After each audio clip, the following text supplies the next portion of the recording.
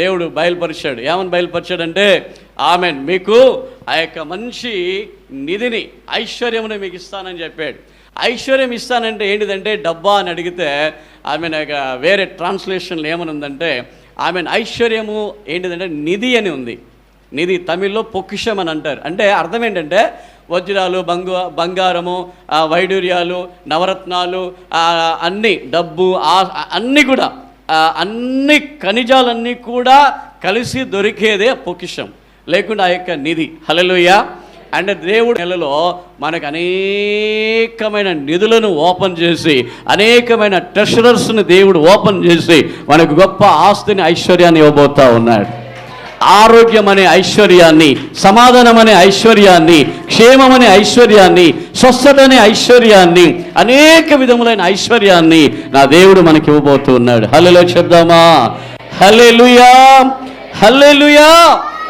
ఈ శిష్యుడు ఇంకొకటి ఏం చేస్తాడంటే రోమా 6:21లో వాడు గతములో చేసిన పాపం విషయములో, గతములో బాప్తిస్తానికి ముందు, రక్షణకు ముందు గతములో చేసిన పాపం విషయములో ఇప్పుడు పశ్చాత్తాప పడుతూ ఉంటాడు. అయ్యో నేను ఇలా చేశానే, కోల్పోయానే, అయ్యో నేను ఇలా పాపం చేశానే, ఇలా కోల్పోయానే, ఇలా పాపం చేశానే, కోల్పోయానని ప్రాయచిత్తము, పశ్చాత్తాప పడేవాడే శిష్యుడు.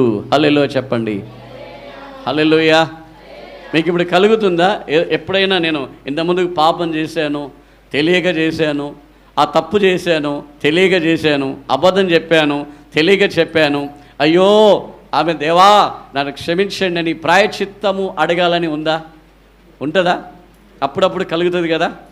అదేంటంటే అది ఎవరికి కలుగుతుంది అంటే శిష్యునికి కలుగుతుంది.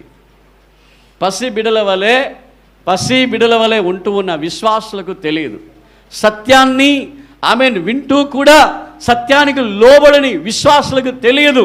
కానీ ఒక్క మాట చెప్పిన వెంటనే ఎవరైతే వింటూ ఉన్నారో, జాగరూకులై ఎవరైతే వింటున్నారో వాళ్ళకు సత్యం అర్థమవుతుంది. హల్లెలూయా చెప్దామా? హల్లెలూయా. ఇంకా చెప్పాలంటే చాలా ఉన్నాయి. రోమా 7:22 మీరు చదవండి, నేను చెప్తా ఉంటాను. అక్కడ ఏమని ఉంటుందంటే వాక్యములో ప్రియముగా ఉండేవాడే శిష్యుడు. దేవుని ధర్మశాస్త్రం నందు నేను ఆనందించుచున్నాను, కానీ వేరొక నియమము నా అవయవాలలో లేదని చెప్తాడు.